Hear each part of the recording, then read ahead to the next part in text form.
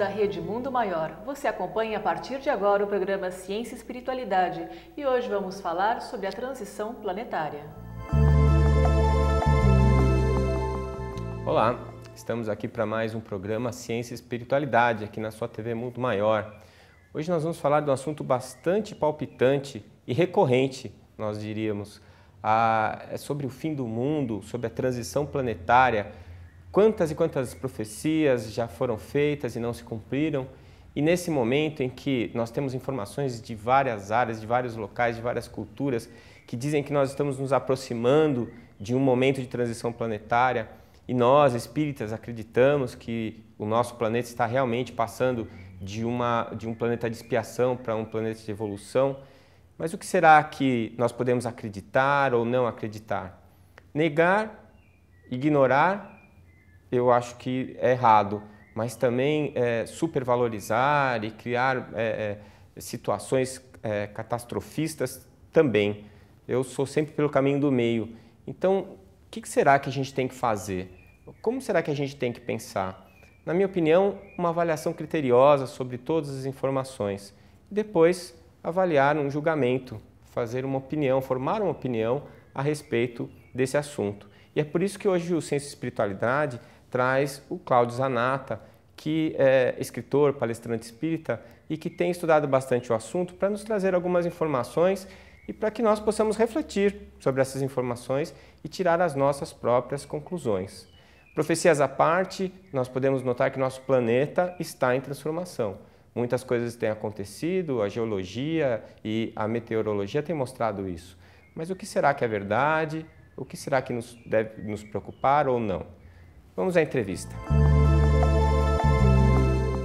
Para falar sobre a transição planetária, as profecias e as previsões, estou com Cláudio Zanata. Cláudio Zanata, além de palestrante, ele é o revisor do livro A Gênese, que contém essas informações, não é mesmo, Cláudio? Isso. Olá, Giovana. O livro A Gênese, Os Milagres e as Predições segundo o Espiritismo, uma das obras do Pentateuco, como é dito hoje em dia, né, de Kardec, da doutrina espírita. Na terceira parte, é um livro, um volume dividido em 3 assuntos diferentes.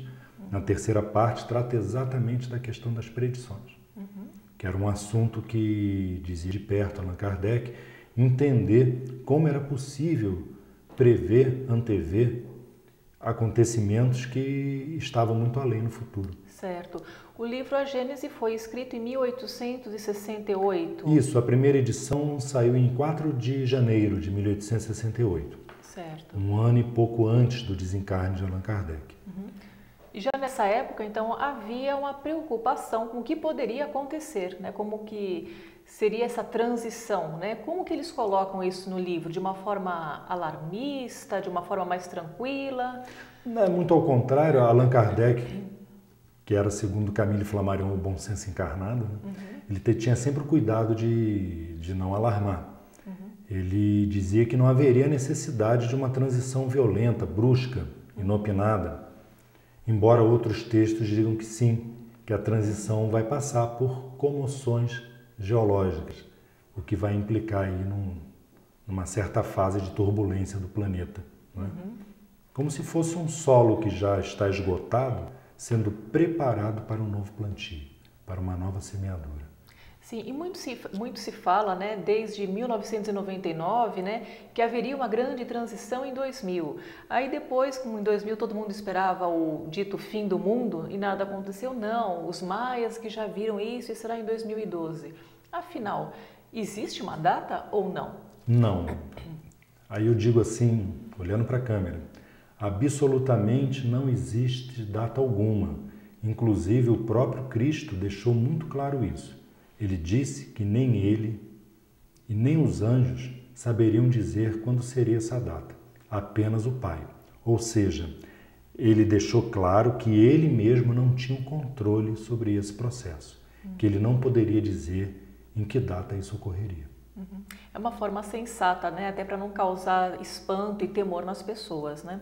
Isso. Joana de Ângeles, inclusive, no seu texto A Grande Transição, pela psicografia do Divaldo Pereira Franco, em julho de 2006, ela fala das comoções geológicas, ela fala do processo de expurgo, ela fala sobre tudo isso. mas no final deixa muito claro que ninguém tema a questão do desencarne. Até porque, independente de comoções, desencarnar, todos nós vamos. Sim. Não tem jeito, né? Um dia nós vamos desencarnar e vamos reencarnar lá na frente depois. Todos juntos ou sozinho, é ou apenas sozinho, uma questão... Exato, é só uma questão de juntos ou separados, né? Certo.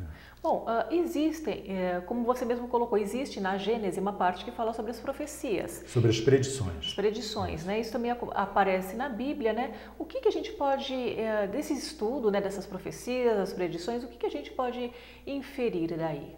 O que a gente pode inferir é que a Terra está passando por uma fase de transição.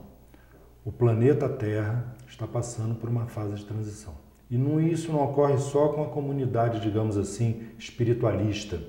Isso inclui os espíritas, os evangélicos, os esotéricos, todos esses espiritualistas falam muito sobre isso, não é? Inclusive nós. Mas a própria comunidade científica já dá sinais de que alguma coisa diferente está acontecendo. Eu tenho acompanho há muitos anos o site da NASA, recebo newsletters da NASA toda semana e tenho visto um movimento incomum de sondas que foram lançadas muito recentemente, monitorando a nossa estrela, o Sol, o comportamento dela, monitorando o comportamento da magnetosfera da Terra, que é o chamado cinturão de Van Allen, que protege a Terra das radiações vindas do Sol, e outros telescópios na faixa do infravermelho, monitorando o espaço profundo. Em 1983, foi divulgado com estrépito pelo Washington Post, que eu considero um periódico muito sério, foi o que denunciou o escândalo de Watergate, por exemplo. Né?